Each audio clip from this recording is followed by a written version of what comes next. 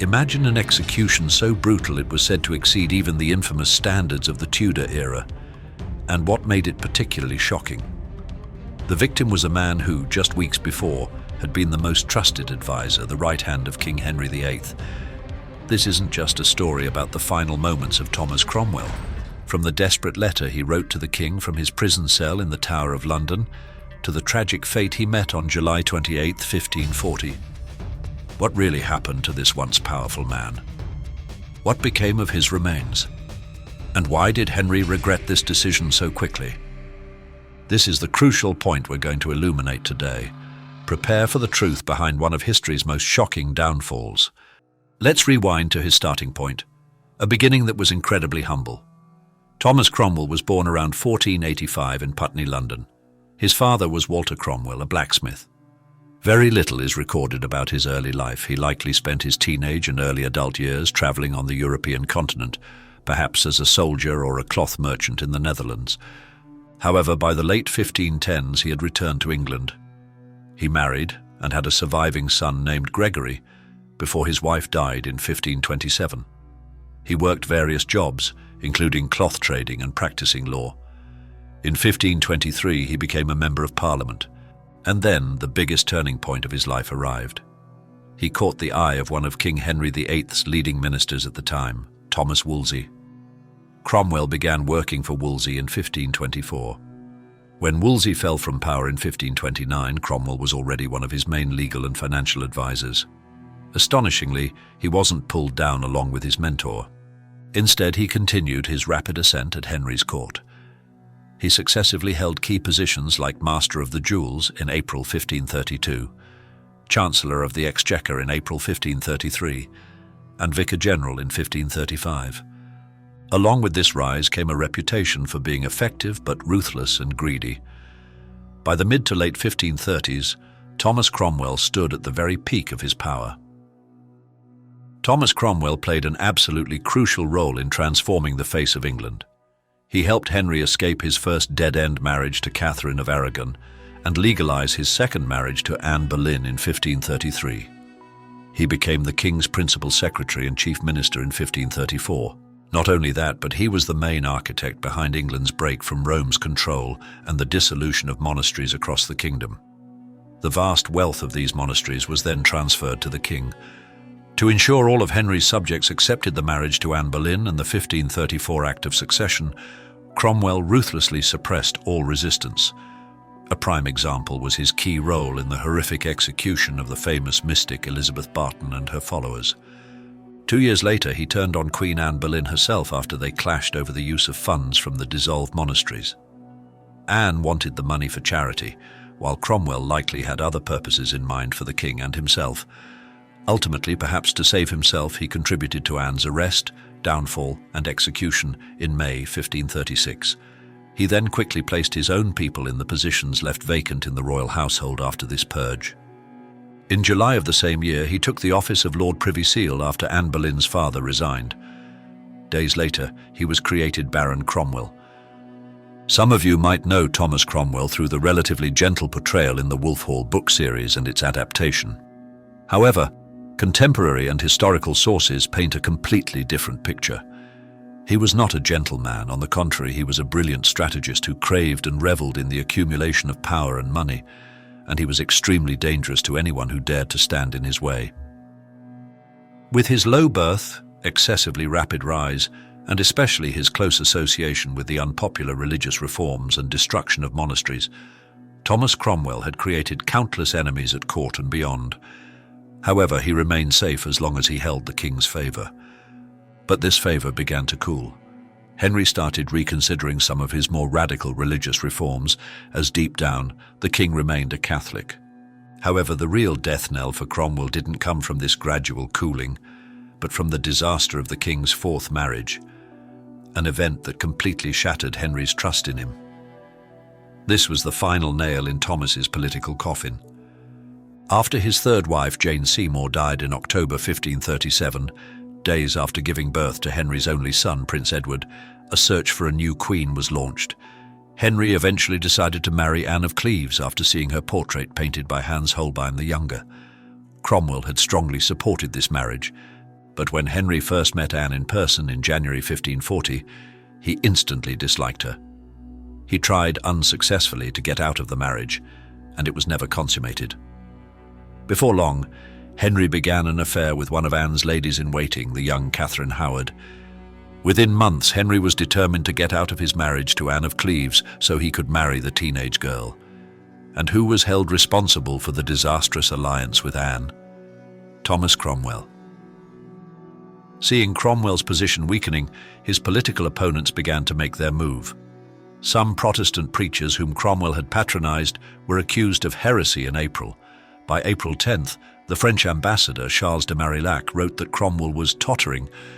However, Henry hadn't completely abandoned him yet. Proof of this came on April 18th, when Baron Cromwell was further elevated, being created Earl of Essex and Lord Great Chamberlain.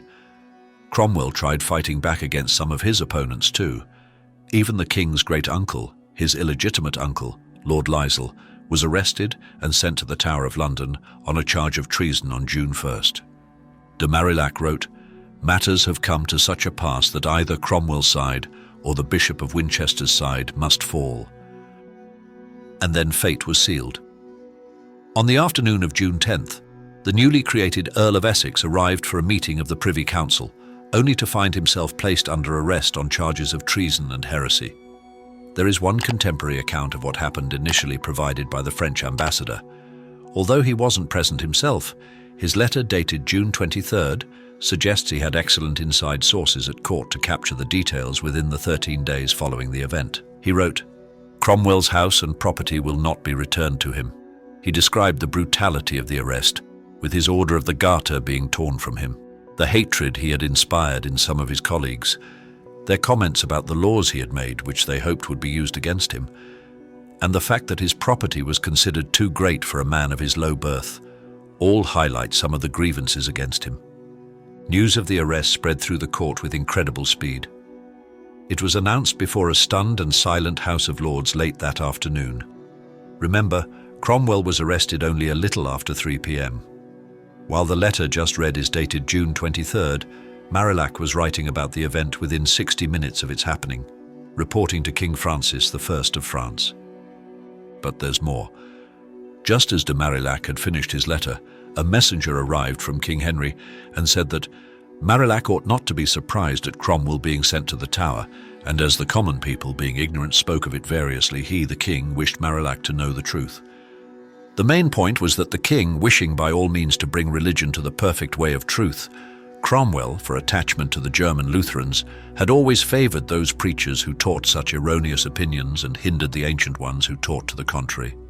The messenger added that recently, being warned by some of his principal servants that he was acting against the king's intention and the acts of Parliament, he had unmasked himself and said that he hoped to suppress the old preachers and keep only the new. Cromwell was even alleged to have added that matters would shortly be brought to such a pass that the king with all his power could not prevent it. But his party would be so strong that he would make the king follow the new doctrines, even if he should have to take up arms against him. The messenger said that these practices had been reported to the king by those who heard them and who preferred the truth to the favour of their master. The king also sent word that when he spoke to Marillac in person, he would tell things that would show how great was Cromwell's fault. So the official reason Henry gave the French ambassador for arresting his former favourite was Cromwell's religious policy. Tellingly, there was absolutely no mention of the disastrous Anne of Cleves marriage in this explanation. 3 days later, the reply from France arrived. King Francis I had expressed his opinion by saying he was pleased with this news, not only agreeable to me, but because of the perfect friendship I have always borne to my good brother, I have thanked God for it. De Marillac was told to say this to Henry. A chronicle written somewhat later by Edward Hall, though finished by the publisher Richard Grafton after Hall's death, also confirms Cromwell's widespread unpopularity and the degree to which he was linked to the hated religious reforms. After his arrest, Thomas Cromwell was held in the Tower of London. While there, he was interrogated about what he knew concerning the king's fourth marriage, in order to gather evidence that would help Henry annul it. Cromwell was permitted to write to Henry. In a letter dated June 12th, he said Henry was also angry because Cromwell had revealed a great secret matter. This is very likely to have been the king's inability to consummate his latest marriage. However, Cromwell denied having spoken of this to anyone. By June 23rd, the French ambassador believed that, at the latest within a week, the aforesaid prisoner is expected to be executed and to have the treatment he merits. He had already begun listing Cromwell's successors in his offices. Things did not move quite so fast, but Cromwell himself knew how precarious his situation was. 3 weeks after his incarceration, he wrote to the king again. This letter has become famous for its closing lines. After spending most of the lengthy letter discussing the Anne marriage, he finished by writing that he most humbly maketh petition to your grace to pardon this my rude writing, and to take it in good party, and to consider that I am a most woeful prisoner, ready to suffer when it shall please God and your grace. But then, in a moment where the frail flesh urged weakness and despair, he added, Yet the frail flesh wold call upon your grace to grant mercy, mercy, mercy. But no mercy came from Henry. On July 6th, de Marillac reported to Francis I, Cromwell's execution will take place immediately after the Parliament is over, and his end will be the most ignominious used in this country. There was no trial. Instead, Cromwell was charged with treason, heresy, corruption, and even plotting to marry the king's eldest daughter, Princess Mary. He was swiftly found guilty and sentenced to death by Parliament.